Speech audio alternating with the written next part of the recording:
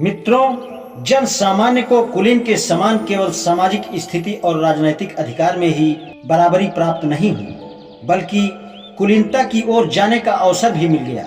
Roman समाज में जन्म और भाग्य व्यक्तिगत प्रतिष्ठा और पद की प्राप्ति में प्रमुख भूमिका का निर्वाह करते हैं।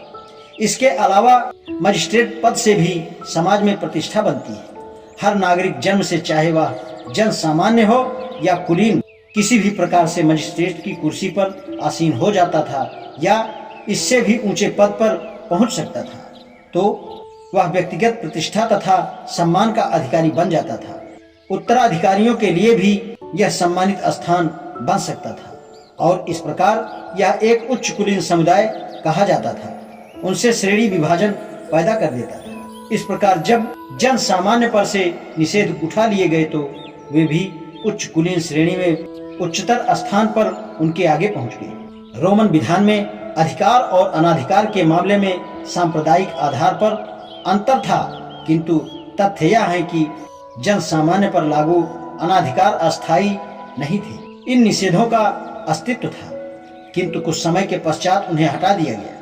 ब्राह्मणवादी विधान के समर्थक यह देखकर मुंह न खोलें कि उनके विधान की ही भांति रोमन विधान में भी समान रूप से ऊंच नीच का भाव था। उन्हें उत्तर देना होगा कि जिस प्रकार रोमन विधान ने हीन और कुलीन के बीच ऊंच नीच के अंतर को समाप्त कर दिया, उसी प्रकार इन ब्राह्मणवादी विधान के संचालकों ने तीन वर्गों और शूद्र के मध्य व्याप्त ऊंच नीच के अंतर को समाप्त क्यों नहीं किया। इस प्रकार यह भी कहा जा सकता है कि रोमन विधान के अधिकार और प्रतिबंध सांप्रदायिक नहीं थे, जबकि ब्राह्मणवादी विधान में वे जातिवादी हैं। रोमन विधान और ब्राह्मणवादी विधान में केवल यही अंतर नहीं है, वरन इसके अलावा दो भेद और भी हैं। एक है आपराधिक मामलों में दंड विधान की समानता। रोमन विधान में नागरिक और राजनैतिक अधिकारों में समानता नहीं थी, किंतु आपराधिक मामलों में संबंधी दंड विधान में नागरिकों के बीच भेद नहीं था। यहाँ तक कि प्लेबियन या पेट्रेशियन के बीच भी समान अपराध के समान दंड था, चाहे कोई भी अभियुक्त हो या वादी कोई भी हो। अपराध सिद्ध हो जाने पर समान दंड दिया जाता था। लेकिन धर्मसूत्र और स्मृतियां क्या कहती हैं? वे बिल्कुल विपरीत सिद्धांत प्रतिपादित करती हैं। एक ही प्रकार के अपराध में दंड विधान वादी और प्रतिवादी की जाति के अनुसार अलग है। यदि अभियोग लगाने वाला शूद्र है और अभियुक्त तीन उच्च वर्ग वालों में से है, तो क्रमानुसार दंड कम होता है।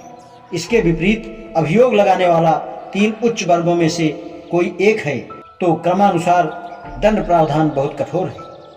यह दूसरे प्रकार की बर्बरता है जो रोमन विधान और ब्राह्मणवादी विधान में भिन्नता प्रकट करती है। ब्राह्मणवादी विधान से रोमन विधान की भिन्नता का एक और उल्लेखनीय तथ्य है।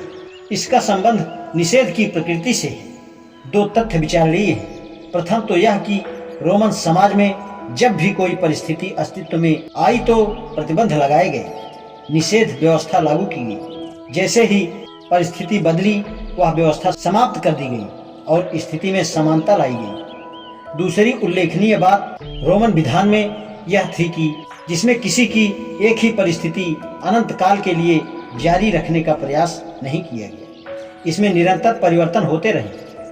दूसरी ओर रोमन विधान ने उन परिस्थितियों को भी परिवर्तित करने का प्रयास किया जिनके कारण निश्चित प्रतिबंध लागू रहा। प्लेबियनों, दासों, विदेशियों और पैगानों, मूर्ति पूजकों के उदाहरण से यह बिल्कुल स्पष्ट होता है। आज इतना ही, शेष कल। धन्यवाद।